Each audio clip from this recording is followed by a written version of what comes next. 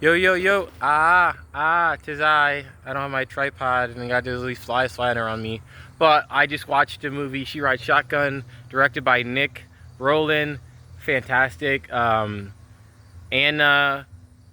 Heger's in it. She's a child actor. You got Taron Egerton, you got Rob Yang, and you got John Carroll Lynch. This casting was freaking perfect. It was great. It was fantastic. But shout out to Nick Rowland, who I know he did other movies, but I feel like he didn't have the script. I didn't watch him. I'm just judging him by the posters, basically. But I feel like the other movies didn't have not only the casting, but they didn't have like the story. It didn't have a story that he can really understand and work with. But this Nick Rowland with this story, I think it was an adaptation by some book that somebody wrote. I don't know. I don't have my other phone, so I can't be looking up names and stuff like that. And I had to memorize all the names of the cast members before I started pressing record. But yeah, Anna Heger, she's like the child actor. I don't like talking about child actors because I don't want to put too much pressure on kids being kids. But for this movie, she was the best like actress in it by far, without like by a mile. Her face acting was very much like Natalie Portman and Scarlett Johansson, whereas it's like so nuanced and it's so, you don't need to say a lot. You could just like not Jim Carrey level of just like all those like the way he can move his face, but it's just like there's a really good acting by just not saying anything, by just face acting. Marlon Brando was good at that too. Yeah, so I think the child actor was the best actor in the whole movie. She absolutely killed it. Just all credit to her. Whoever casted this thing deserves an Oscar. This movie's getting better winning some awards because it's by far the best movie of the year. It's very westerny. She Rides Shotgun is basically about Taron Egerton basically taking care of the girl Anna Heger's character, and basically like he gets into trouble with these like neo-Nazi people, and they're just trying to freaking escape to get somewhere safe basically and start a new life essentially. And there's all these moving parts and pieces, and then as soon as Rob Yang's character shows up on screen, my man steals it. Oh my, he didn't steal the show necessarily, but he's just so captivating, he's so interesting, and his face fits so well in this movie. Like the casting in this movie was so freaking good. This is the best movie of the year, which is why I had to come up here and review it during the evening time or nighttime, because it just was great. It was really, really great. I really enjoyed it. I thought by the trailer, I thought it was going to be a bad movie. So normally if I watch a trailer, I'm not going to watch a movie, because then it's like you didn't sell me on it. But like I read this book about this guy who says Bowling Alone or something like that. It's this guy talking about loneliness and stuff like that, and how we need more people. So I was like, all right, let me go enjoy this bad movie. But oh man, as soon as I sat in there, I showed up late, kind of. The movie was already like 5 minutes in or like 10 minutes in or whatever like that. I show up, I'm like, all right, let me just watch this, you know. But yeah, as soon as the movie started, I was like, wow. And then the movie slowly got better and better and better and better as you watched it. Like there's not a lot of movies like that do that, where it's like it's getting better and better and better. And this was one of the only movies I watched in a while. I mean a while, where it just got better and better and better. It got more and more interesting. The stakes, I feel like, kept raising, and everything delivered. Like John Carroll Lynch as the villain in this is so freaking good. He's not even like an A-lister, but like he maximizes his role as like a C-lister in this, where he just like, he's so freaking good, you know. And that's what you do, you know. You get your shot, you get your moment, and you captivate it. And man, I feel like the dialogue in this was so smooth. Like there's not a moment where I was like, oh, that's kind of forced. Everything in it felt genuine. It felt like it just worked, it fit. Taron Egerton, I don't think he was like, I don't think it was an Oscar-winning performance, but I think it was really strong. Rob Yang, oh man, he just like, as soon as he enters, he's like, okay, this is now a different. It's like when Kendrick Lamar switches beats, or switches. Yes, he switches the beats and his flow during a song. You're like, whoa, how can you do that? It's so amazing. When Rob Rang shows up, the movie kind of shifts into more cool, more relaxed, but also just more keen. You know, now it's like kind of an angle of like the detective and what he's doing and his intentions, and like, you know, like he'll do what he has to, you know, and it's like he's not being dirty, he's playing the game, you know. And oh yeah, and everything makes sense plot wise in this movie. There's nothing where I'm like, that doesn't make sense. Like I feel like everything in the movie, like it's just a movie that gets better and better and better and better and better, and then it ends at such a really good ending. Oh man, I just feel like shoot, I forgot his name. I think it's Nick Rowland, but the director, we'll call him just Mr. Rowland. Mr. Rowland, the director of this movie, just, this is his wheelhouse. He's one of those directors that like, he needs something that's great, that's strong, that's like has really good depth to it to really show that, because the score in this movie and the music that I'm hearing for every scene is perfect.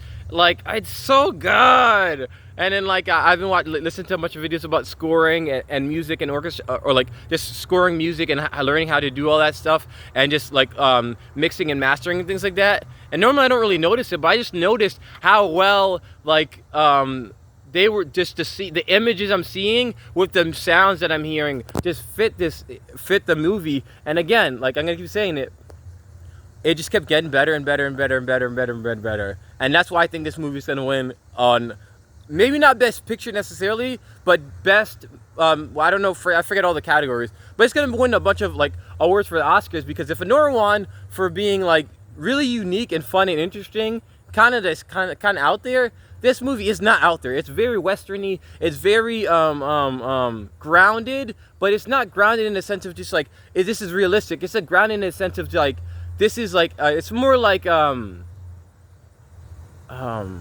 it's just a very controlled movie that has a lot of like the No Country for Old Men vibes, where like you're kind of in the one lane the entire time, but it's where the director is showing you the best moments of this kind of aisle. Like it's like in your grocery store and you're like the cereal aisle, you know, the director's like showing you, he's like, yo, this is my favorite cereal, this is also my favorite cereal, this is also my favorite cereal, you know. But it's not like, they're not like, you're in the cereal aisle, but they're showing you the best of what they have to offer. And that's what this movie is. It's like, this is the location, this is the location, this is the location, right? It's all leading to somewhere very directly, you know.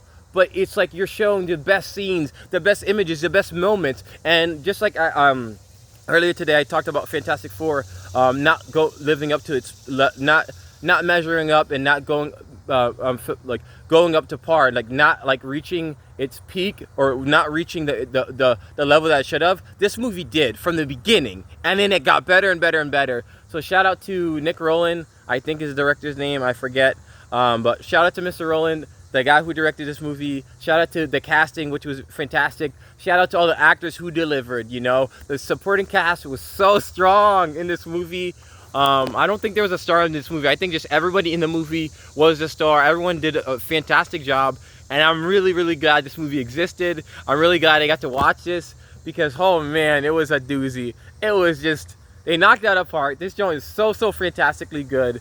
It is such, it's like, it's not cerebral in the sense that it's like cerebral, but it's a thriller. It's like and I really love thrillers when they're well done. You don't get a lot of thrillers, you know, you get maybe 2 or 3 like ones every year, you know, and we got one here. This joint is a thriller. It is an action movie, but it's just like such a gripping thriller that really has you interested through the entire movie. It's like there's not one scene in this movie where I was like, okay, I'm bored, you know. I had to go pee like midway through the movie, but besides that, like but even then I was like, I want to watch this, but it's like, oh, I got to go use the restroom real quick. But yeah, oh man, Taron Egerton, I didn't talk about him enough. He did do a really good job. His body was all chiseled and things like that. The fighting scenes, the car chase scene with the the Dodge. Oh man, the action was like, the physics I feel like was like really good and made sense. Oh man, that final scene of the I don't want to spoil it, but like well, I guess you're 9 minutes in the movie. That shootout is so freaking awesome. Like, that's one of the best shootout scenes I've seen in a while, because it just felt so real. It's like the good guys versus the bad guys, and they're like, the bad guys are gonna be bad and they're sticking to their guns, and the good guys are sticking to their guns, and they're like, even some like in the hotel scene, where it's a motel, where it's the guy's partner, Yang's partner versus him. Like it just like even when they like how they had the blood splashing out, it didn't feel fake. It felt real, you know. It just like everything about this movie felt real. Everything about it felt fun, and everything about it felt correctly paced. It's like there's nothing in this movie where it's like, yo, let's dilly dally da da da da da. You know, it's like, yo, we gotta get out of here. You know, and I felt like that's one of the best parts about this movie was that like the pacing was the pacing for the movie in the movie itself, not necessarily watching the movie, but the pacing in the world of the movie was quick because they're trying to get out of there. Whereas like Baby Driver was a fantastic movie. I'm not gonna shoot but Baby Driver, it kind of felt like they were like kind of dilly dallying throughout the movie, you know, where it's like, yo, kind of do what you need to do, you know. Versus this movie, it's like, yo, we gotta go, you know. And I love that they did it well. They oh man, everything about this movie is good. Shout out Nick Rowland, whoever adapted it. That was also a good story that you wrote. But She Rides Shotgun is my 2025 best movie of the year as of right now. I don't think it's going to change. I think it, again, like there's so many Western elements of this movie that is just like you know, there's like so much Eastwood, especially when John Carroll Lynch's character shows up with the cowboy hat and he's on the phone, or when the first time you see him and he's on the phone calling. It's like this guy's just a bad guy, you know. And there's like even the mustache and everything like that. And then the scenes where he's torturing the guy, I guess the Mexican mob member or things like that. He's just, I don't know. It's such a good performance. If anything, I think maybe John Carroll Lynch or Rob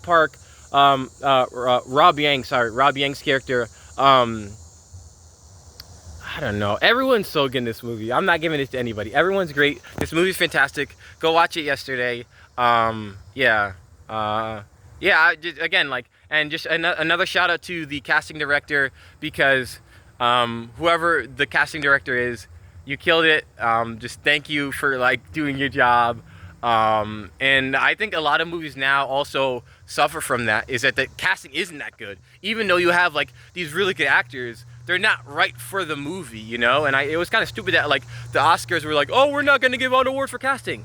Oh, the director chooses all of it. Yeah, maybe, but like you know, like you're watching this thing for 2 hours. Everybody on the screen matters, and it's like either they add or they either add or subtract from the movie, you know, or like they say the same. But he's like, you want to pick all these people who add, even if it's extras. One extra can make a scene, you know, or just, you know, again, like it's just like there's so many, like it's like a car, you know, there's thousands of parts and pieces that make up a car, you know. It's like you appreciate the entire thing, but you have to remember that there's all these components, there's all these thousands of parts to it, and there's hundreds and thousands of people, there's thousands of people normally for big blockbuster movies who are part of the movie, but there's at least tens and tens and tens of people who were part of making this movie, and having somebody to cast this perfectly.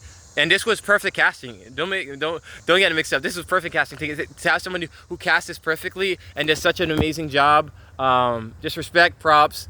Yeah, just respect and props. Yeah. Anyways, that's it.